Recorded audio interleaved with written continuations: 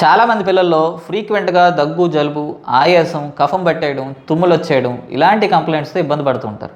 Climate change అయినా, food మారినా, water change అయినా ఇలాంటి కంప్లైంట్స్ తరచూ చూస్తూ ఉంటాం. ఈ పేరెంట్స్లో వాళ్ళకుండే మెయిన్ యాంగ్జైటీ ఏంటంటే మా దగ్గరికి వచ్చి మా వాడి ఇమ్యూనిటీ చాలా తక్కువగా ఉంది సార్, దేనికి తట్టుకోలేకపోతున్నాడు అని అడుగుతారు. మోస్ట్ ఆఫ్ ద కిడ్స్లో ఫ్రీక్వెంట్గా ఎలాంటి కంప్లైంట్స్ వస్తున్నాయంటే వాళ్ళల్లో ఇస్నోఫీలియా అనే కండిషన్ ఉండడానికి ఛాన్సెస్ ఉంది.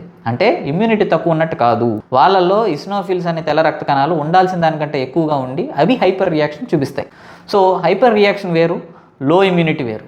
సహజంగా మన ఎవరికైనా వైరల్ ఇన్ఫెక్షన్ కానీ బ్యాక్టీరియల్ ఇన్ఫెక్షన్ కానీ వస్తే ఎంత ఫాస్ట్గా అయితే ఇమ్యూనిటీ వాటిని ఫైట్ చేయగలుగుతుందో ఈ పిల్లల్లో కూడా అంతే ఫాస్ట్గా రెస్పాండ్ అవుతాయి. డస్ట్కి కానీ వాతావరణం మార్పుకి కానీ ఈ ఇస్నోఫిల్స్ ఉండాల్సిన దానికంటే ఎక్కువ ఉండడం వలన ఎక్స్ట్రా రియాక్షన్ చూపిస్తాయి. దీన్నే మనం ఎలర్జిక్ రెస్పాన్స్ అని అంటాం. ఎలర్జిక్ రెస్పాన్స్కి, ఇన్ఫెక్షన్కి చిన్నపాటి తేడా చెప్పాలనంటే మనకు ఎవరికైనా వైరల్ ఇన్ఫెక్షన్ వచ్చి జలుబు చేసింది అనుకోండి, మన వలన 3-4 అంటుకుంటుంది.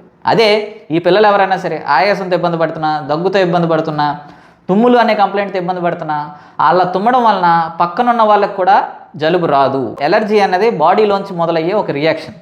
దీనికి ఇమ్యూనిటీకి డైరెక్ట్గా ఎక్కడా లింక్ లేదు. ఫస్ట్ ఆఫ్ ఆల్ ఇస్నోఫీలియా ఉందా లేదా అన్నది కన్ఫర్మ్ చేసుకోవాలి. అంటే IgE అనే టెస్ట్ చేయిస్తే ఇస్నోఫీలియా ఉందా లేదా అన్నది కన్ఫర్మ్ అవుతుంది. పిల్లల్లో ఉండే ఇస్నోఫీలియాని కనుక ప్రాపర్గా ట్రీట్మెంట్ ఇవ్వగలిగితే వాళ్ళల్లో ఆటోమేటికల్గా రెసిస్టెన్స్ పవర్ పెరుగుతుంది.